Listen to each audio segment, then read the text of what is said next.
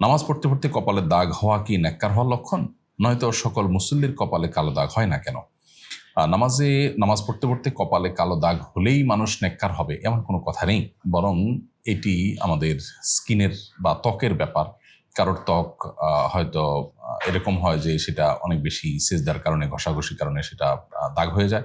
আবার কারোর ত্বক হয়তো ভিন্ন রকম, যার কারণে সহজে সেটাতে দাগ হয় না। বিধায় কপালে কালো দাগ হলেই সেটা নেককারের লক্ষণ এমনটি জরুরি না। অনেক বেনামাজের কপালেও কিন্তু নানা কারণে কালো দাগ হয়ে যায়। কোরআনে কারিমে আল্লাহ তাআলা বলেছেন, তারাহুম রুকআন সুজদান ইয়াবতাগুনা ফাদলাম মিনাল্লাহি ওয়া রিদওয়ানা সীমাহুম ফি উজুহিহিম মিন আথারিস সুজুদ। সাহাবীদের প্রশংসা করতে গিয়ে আল্লাহ তাআলা বলেছেন তাদের চেহারায় সেজদার চিহ্ন আপনি দেখতে পাবেন। এখানে সেজদার চিহ্ন দেখতে পাওয়া মানে কপালের দাগ নয়, বরং সেজদার চিহ্ন দেখতে পাওয়া মানে হলো তাদের চেহারার কথা আল্লাহ বলেছেন, কপালের কথা বলেন না। সীমাহুম ফি উজুহিহিম বলেছেন, তাদের চেহারায়, তাদের মুখমণ্ডলে সেজদার চিহ্ন দেখতে পাবেন। এখানে মুখমণ্ডলে দেখতে পাওয়া মানে হলো মুখমণ্ডলের নামাজের ফলে যে আধ্যাত্মিক বা অলৌকিক যে উজ্জ্বলতা তৈরি হয়, নুরানি ভাবের আভার সৃষ্টি হয়, সেটির কথা বলা হয়েছে। এটা কপালের দাগের কথা বলা হয়নি। বিধায় কপালের দাগের সাথে মানুষের নেককার বা বদকার হওয়ার কোনো সম্পর্ক নেই।